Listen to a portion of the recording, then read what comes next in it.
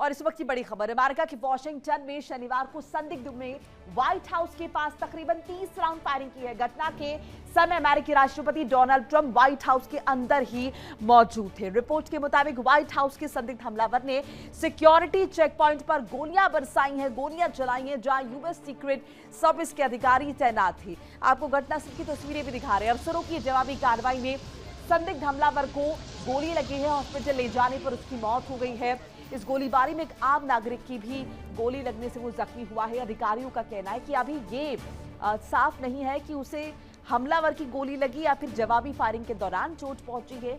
हालांकि घायल शख्स की मौत हो चुकी है। इस घटना से कुछ दिन पहले ही राष्ट्रपति ट्रंप की बेटी को भी हत्या की धमकी मिली थी। इस मामले में एक इराकी युवक को गिरफ्तार किया गया है। ये इरानी सेना से जुड़ा हुआ था, यह बताया जा रहा है। आरोपी के पास इवांका और उनके पति जेरेड कुशनर के फ्लोरिडा स्थित घर का ब्लूप्रिंट यानी नक्शा भी मिला था। गोलीबारी के बाद व्हाइट हाउस परिसर में अफरा तफरी मच गई है। वहां मौजूद पत्रकारों और स्टाफ को तुरंत सुरक्षित जगह पर ले जाया गया है। सीक्रेट सर्विस एजेंट्स एहतियारों के साथ पूरे इलाके में तैनात हुए और तकरीबन 40 मिनट तक लॉकडाउन जैसी स्थिति बनी रही।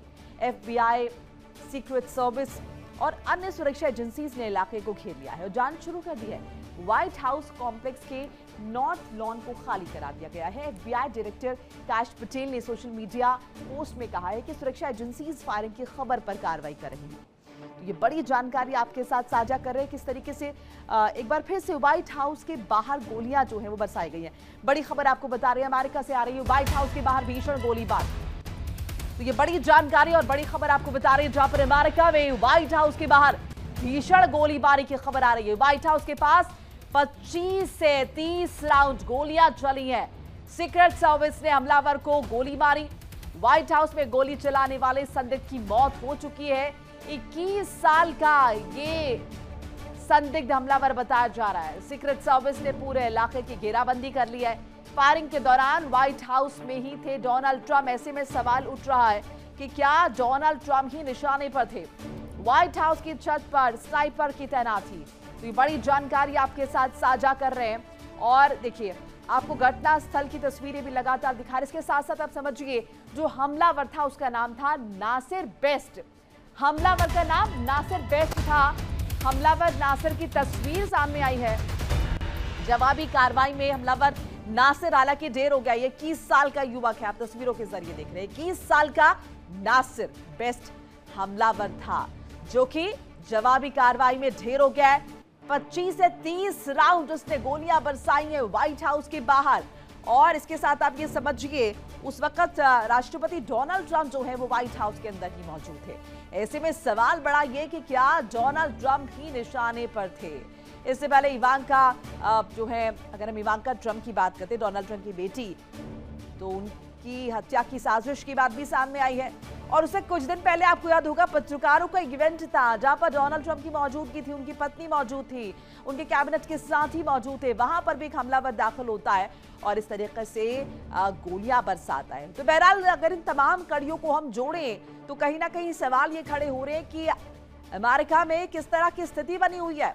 एक तरफ वेस्ट एशिया में हम देख रहे हैं कि वहां पर अशांति का माहौल है, दूसरी तरफ इस तरीके से अमेरिका में खबरें आ रही हैं।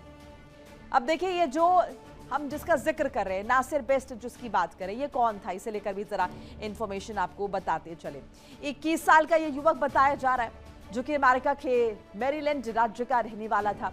उसकी मानसिक स्थिति जो है वो थोड़ी सी गड़बड़ थी। मानसिक स्वास्थ्य से जुड़ी समस्याओं का इतिहास इसका बताया गया। इससे पहले भी उसका 2 बार सीक्रेट सर्विस एजेंट से सामना हो चुका था, जिस तरह की इंफॉर्मेशन मिल रही है। देखिए, 26 जून 2025 को उसने एजेंट्स को रोककर धमकियां दी थी और इसके अलावा 10 जुलाई 2025 को वो प्रतिबंधित इलाके में दाखिल हुआ था। अब 24 मई 2026 की शाम तकरीबन 6 बजे नासिर बेस्ट 17 स्ट्रीट और पेनिसिल्विया एवेन्यू स्थित सीक्रेट सर्विस चेक पॉइंट पर पहुंचा। वहां उसने अपने बैग से पिस्टल निकाली, अधिकारियों पर फायरिंग शुरू की। मौके पर मौजूद NBC न्यूज की टीम के अनुसार वहां 20 से 30 गोलियों की आवाज सुनी गई। सीक्रेट सर्विस एजेंट्स ने तुरंत जवाबी कार्रवाई करते हुए फायरिंग की। नतीजा क्या रहा, यहां पर बेस्ट की मौत हो जाती है, उसे अस्पताल ले जाया गया, जहां डॉक्टर्स ने उसे मृत घोषित कर दिया। इस घटना में एक आम नागरिक की भी मौत हुई है। सीक्रेट सर्विस अभी ये जांच कर रही है कि उस नागरिक को किसकी गोली लगी, क्या इस आरोपी की गोली लगी या फिर जवाबी कार्रवाई में वो मारा गया है। ये कुछ सवाल है जो कि जांच का विषय, और साथ साथ सबसे बड़ा सवाल ये कि व्हाइट हाउस के बाहर ये जो गोलियां चली हैं, गोली चलाने वाले की मंशा क्या थी, उसका मकसद क्या था, सिर्फ एक सिरफिरा था या एक टारगेट इसने सेट किया हुआ था कि इसके निशाने पर राष्ट्रपति डोनाल्ड ट्रंप थे। बहुत सारे ऐसे क्वेश्चंस हैं जो कि इस वक्त अगर हम देखें इन्हें लेकर सवाल उठ रहे हैं, इन्हें लेकर लगातार चर्चा हो रही है कि आखिर व्हाइट हाउस के बाहर गोलियों की बौछार के मायने क्या है। तस्वीर आपको दिखा रहे हैं, वही शख्स है, 21 साल का युवक है ये, जिसने व्हाइट हाउस के बाहर 25 से 30 गोलियां चलाई हैं। यही शख्स, इसकी तस्वीर आपको दिखा रहे हैं, मारा गया है व्हाइट हाउस गेट नंबर 17 के बाहर इसने फायरिंग की। व्हाइट हाउस गेट नंबर 17 के बाहर फायरिंग, और व्हाइट हाउस के अंदर घुसना चाहते थे। सीक्रेट सर्विस ने हमलावर को रोका। गेट नंबर 17 के पास ही हमलावरों को दबोचा गया। शूट आउट के दौरान राहगीर को गोली लगी।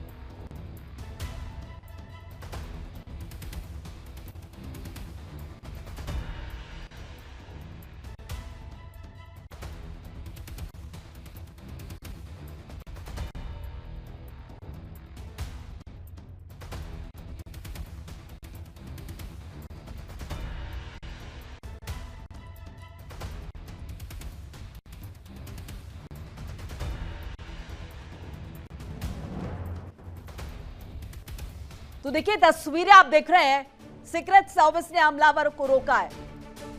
ये बड़ी जानकारी है आपके पास, आपके साथ हम साझा कर रहे हैं। गेट नंबर 17 के पास जिस तरह की इंफॉर्मेशन मिल रही है, व्हाइट हाउस के पास जो है वो गोलीबारी की गई है।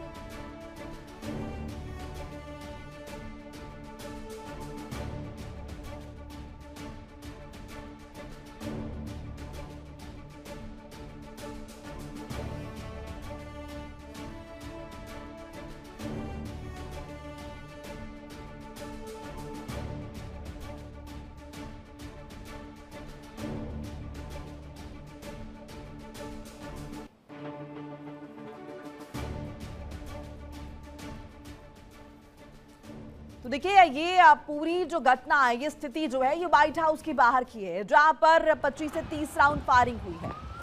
फायरिंग से जुड़ा अपडेट आपके साथ साझा कर रहे हैं। हमलावर को मार गिराया गया, नासिर इसका नाम बताया जा रहा है,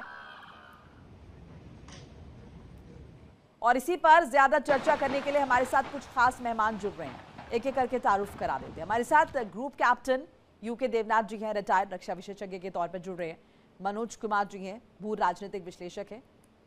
डॉक्टर अजिताभ सिंह है, विदेश मामलों के जानकार, और मेरे साथ मेरे सहयोगी नासिर भी जुड़ रहे हैं। आप सभी का बहुत बहुत स्वागत है। एक बार नासिर का पहले रुक कर लेते। नासिर, एक बार जरा डिटेल में बताइए क्या क्या हुआ है व्हाइट हाउस के बाहर। एक ही हमलावर था? जी बिल्कुल, देखिए मोनिका, एक हमलावर था जिसे व्हाइट हाउस के बाहर पहुंच के ही 30 राउंड अंधाधुंध गोली चलाई। ये भी बताया जा रहा है कि ये लोग जो है वो उनकी मेंटल सही थी, लेकिन जब वहां पे पहुंचा से बैग से पिस्टल निकाल अंधाधुंध गोलियां बरसा। एक लोकल इंजर्ड हुआ है, और बाद जब रिटेशन हुआ जो सिक्योरिटी एजेंट्स है उन्होंने गोलियां चलाई ताकि बंदा जो है किस तरह से कैसे उसके अंदर जा सके। इससे पहले हमने देखा जब यूएस डिनर पार्टी हो रही थी जहाँ पे जर्नलिस्ट मौजूद है, तभी वहां पे एक लोग जो है पहुंचे और अंदर जो है अंधाधुंध गोलियां बरसात। और उस टाइम भी अगर देखा जाएगा वो युवक दौड़ते हुए जो है अंदर जाने की कोशिश कर रहा था जहाँ पे वो पार्टी हो रही थी। अभी वो डिनर डोनाल्ड ट्रंप के साथ सीनियर ऑफिशियल्स वहां पे मौजूद। आज ऐसी तस्वीरें देखने मिलती है जहाँ पे ये करने युवक की जो है कोशिश करते हैं। नासिर, आपकी आवाज नहीं आ रही, एक बार फिर से कनेक्ट करेंगे आपसे। देवनाथ जी के पास जा रहे। देवनाथ जी, ये जो स्थिति हम देख रहे हैं ये नई नहीं है। इससे पहले भी हमने देखा एक प्रेस मीट होती है जहां पर एक हमलावर दाखिल होता है और वहां पर गोलियां चलती हैं। अभी हम देख रहे हैं व्हाइट हाउस के बाहर इस तरह की स्थिति बनी। इससे पहले इवांका ट्रंप को लेकर खुलासा किया गया है कि उन्हें मारने की साजिश रची गई थी। क्या इन कड़ियों को जोड़ा जाना चाहिए या फिर आप इन्हें अलग अलग इंसिडेंट के तौर पर देखते हैं? हाँ मोनिका, आश्चर्यजनक बात यह है कि न्यूयॉर्क पुलिस डिपार्टमेंट को इस संदिग्ध के बारे में पहले से कुछ आइडिया था। संदिग्ध जो है वो मानसिक रूप से अनस्टेबल बताया जा रहा है। लग रहा है कि शायद वह किसी एजेंडा के तहत काम नहीं कर रहा था। अभी तक ऐसा कोई डिटेल सामने नहीं आए हैं कि वह किसी ग्रुप से या किसी दूसरे देश से, आजकल तो कड़ियां ईरान के साथ जोड़ने की कोशिश की जाती है, जुड़ा हुआ था। संदीप ने जब वो चेक पॉइंट पर पहुंचा, जो कि पहली चेक पॉइंट है सड़क से जहां से आम लोग जा सकते हैं, उसके बाद तो पहला चेक पॉइंट है व्हाइट हाउस की तरफ, वहां पर जाते ही उसने अपने बैग से एक गन निकाला और जो चेक पॉइंट पे जो कर्मचारी और पुलिस के लोग तैनात थे FBI के, उन पर फायरिंग करनी शुरू कर दी। अब अमेरिका में होता यह है कि FBI और सीक्रेट सर्विस मिलकर डोनाल्ड ट्रंप की यानी राष्ट्रपति उपराष्ट्रपति की सुरक्षा करते जी। तो आउटर घेरा हमेशा पहला check point New York police department का होता है, दूसरा चेक पॉइंट जो है वो FBI एजेंट्स का होता है, और सबसे जो इनर घेरा होता है वो सीक्रेट सर्विस का होता है। तो क्या इस घटना को पहले हुई सारे हमलों से जोड़ा जा सकता है? अभी तक कोई साक्ष्य मिले नहीं है। जी ठीक है। डॉक्टर सिंह, इस पर आपका क्या रुख है, क्योंकि लगातार ईरान को लेकर एक इशारा दिया जा रहा है। अब जो इवांका ट्रंप को लेकर कहा गया है कि IRGC की तरफ से एक साजिश रची गई थी, तो मुझे लगता है कि क्या ऐसा पोर्ट्रे करने की कोशिश की जा रही है, या फिर इसमें तथ्य भी हो सकते हैं कि ईरान ये प्रायोजित ये सारे हमले हैं, या फिर इस तरह की साजिशें हैं?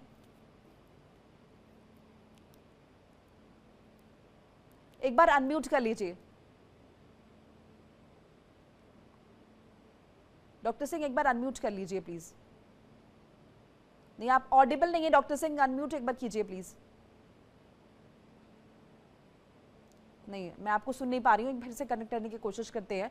एक बार मनोज जी का रुख कर लेते हैं। मनोज जी, यही सवाल मेरा आपसे भी है, आप किस तरीके से देख रहे हैं, क्या यहाँ पर ईरान एंगल भी हो सकता है? मुझे ऐसा लग रहा है कि जो सिक्योरिटी एजेंसी है वो सभी एंगल को ध्यान में रखते हुए इन्वेस्टिगेशन कर रहे होंगे। जिस तरह से हम लोग देख रहे हैं कि विद इन अ मंथ 2 घटना इस तरह का घट जाना स्वाभाविक है कि एक बहुत ही सुरक्षा चूक को पहले वाले में भी कहा जाता था, इस वाले में भी हालांकि बोला जा रहा है कि वो मेंटली अनस्टेबल थे।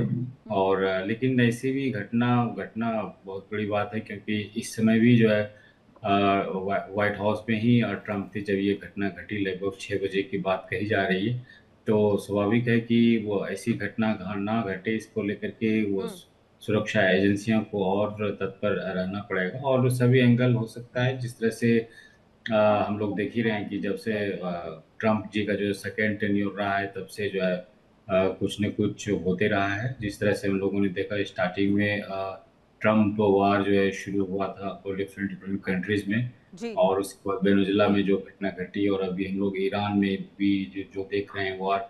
तो स्वाभाविक है कि ऐसे जब घटनाएं जब होती है तो सभी लोग जो है वो जो भी मनोज जी, यानी कि आपका इशारा ये है कि विदेशी ताकतें भी हो सकती है। मैं इस पर जवाब लूंगी, एक अपडेट जरा साझा कर ले, उसके बाद आपके पास लौट रहे हैं।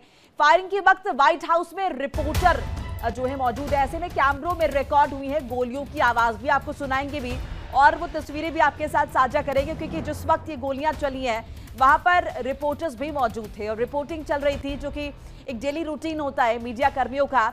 और उस दौरान जब गोलियां चली हैं हमलावर दोबारा, तो बाकायदा देखिए गेट नंबर 17 बताया जा रहा है व्हाइट हाउस का, जहां पर ये हमलावर ने गोलियां चलाई है। 25 से 30 राउंड फायरिंग चली और इंफॉर्मेशन ये मिल रही कि अंदर दाखिल होना चाह रहा था हमलावर, गोलियां बरसाई हैं उसने।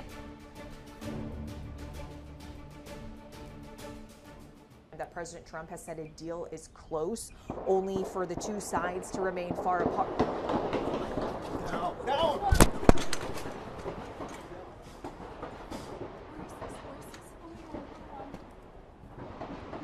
That President Trump has said a deal is close, only for the two sides to remain far apart.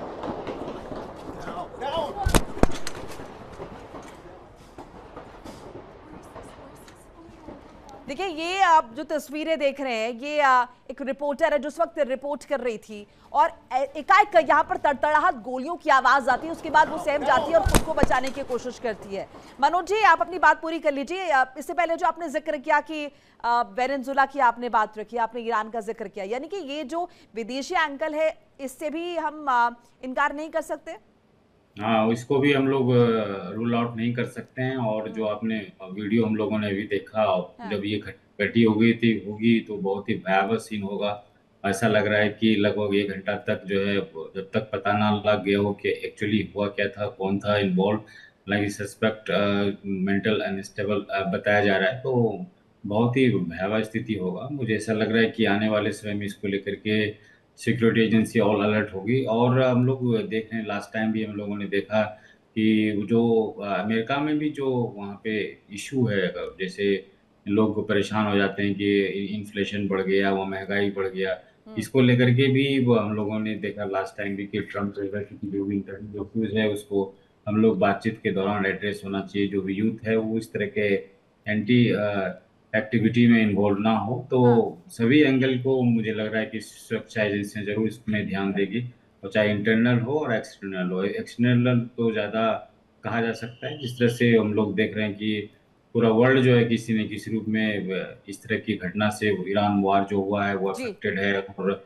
स्वाभाविक है कि जो लोग इस तरह के में इन्वॉल्व रहते हैं मामलों में, वो जरूर जो है वो ध्यान लगाया होगा कि किस तरह से सुरक्षा चूक हो तो एक बड़ी घटना किया जा सके। तो मुझे ऐसा लग रहा है कि और सुरक्षा स्ट्रेंथन होना चाहिए ताकि इस तरह की घटना ना घटे। ये बहुत ही निश्चित तौर पर। डॉक्टर अजिता, अब आपका टेक क्या इस पर?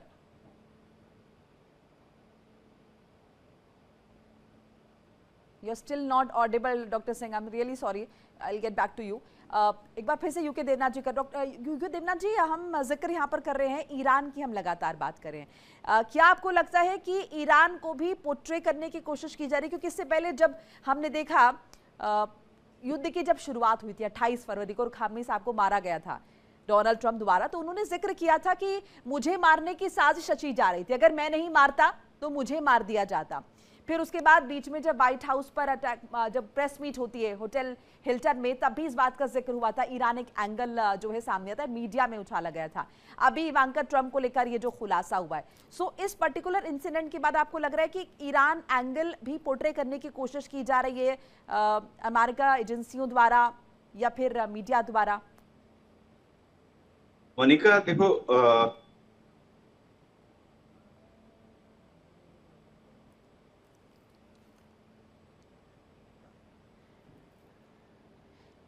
मनोज जी, ये हम अगर देखें तो इस साल इलेक्शंस भी होने, और इलेक्शन से पहले डोनाल्ड ट्रंप पर अटैक होना ये कोई नई बात नहीं है।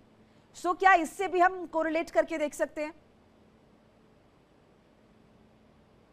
हम लोगों ने देखा कि लास्ट टाइम जब डोनाल्ड ट्रंप इलेक्शन लड़ रहे थे सेकेंड टर्म के लिए, तो उसमें भी जो है घटना घटी थी। और इस इशू को लेकर के अमेरिका में बहुत तो ये इशू उठाया गया था, और उसमें जो है वर्ल्ड गवर्नमेंट को लेकर के बात कही गई थी कि आपने सुरक्षा और स्ट्रेंथन करना चाहिए और इसको प्रिवेंटिव मेजर जरूर होना चाहिए। तो हालांकि वो उस घटना के बाद जो है, हालांकि ट्रंप जो है फिर से वो खड़े हो गए और उन्होंने बोला कि बस मैं तैयार हूँ, कोई हमको इशू नहीं है, सिक्योरिटी इशू नहीं है, हम लोगों के पास जाएंगे, लोगों का कंसर्न एड्रेस करेंगे। जिस तरह से हम लोगों ने देखा कि इलेक्शन के समय में जो है ट्रंप ने ये भी मैसेज दिया था कि वर्ल्ड में जो है कहीं भी वॉर नहीं होगा, इसको लेकर के वो काम करेंगे। तो उसे ऐसा लग रहा है कि नफरत कहीं भी हो, चाहे इंटरनल हो चाहे आउटसाइड हो, उसको किस तरह से एड्रेस करे, इसको लेकर के ट्रंप ने वहाँ प्रोमिस किया था वहाँ पे। हालांकि जब सेकेंड टर्न हुआ तो इस तरह का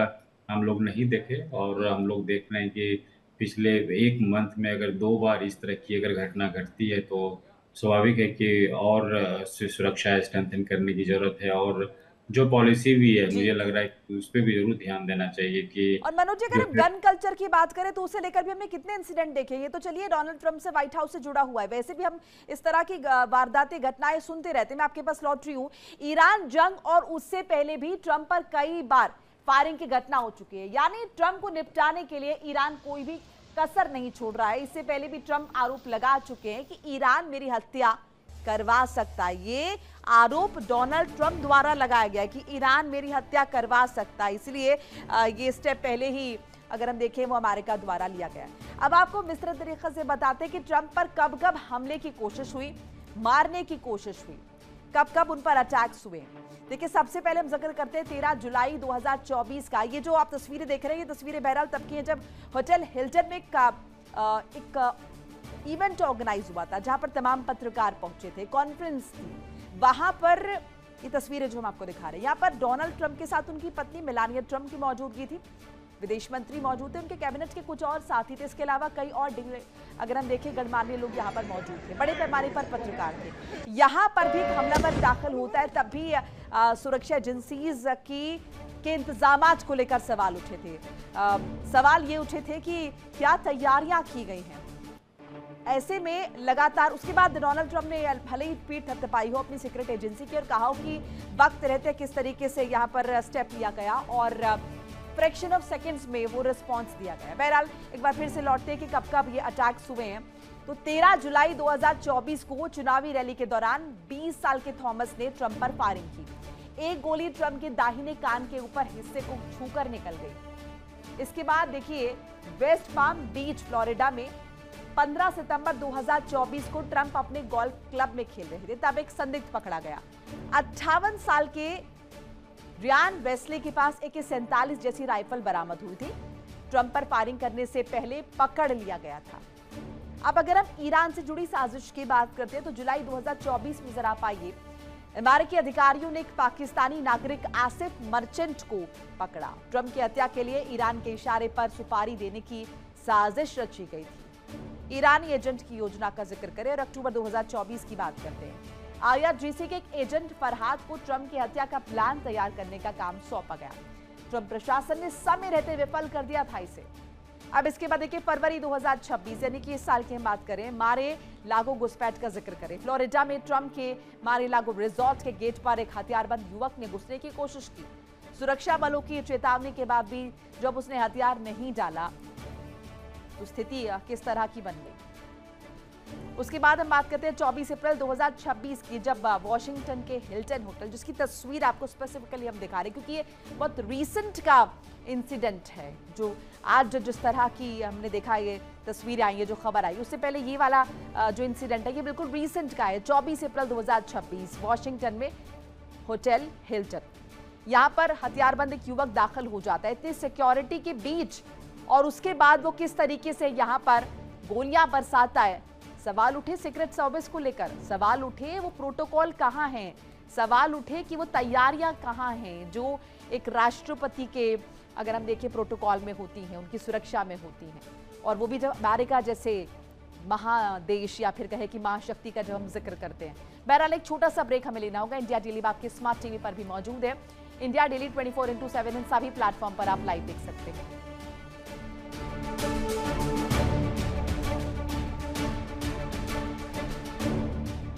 देखिए इंडिया डेली 24/7 अब आपके स्मार्ट टीवी पर। इंडिया डेली मौजूद है सभी डिजिटल प्लेटफॉर्म पर लाइव और लगातार। इंडिया डेली 24/7 हर दिन राष्ट्र को समर्पित।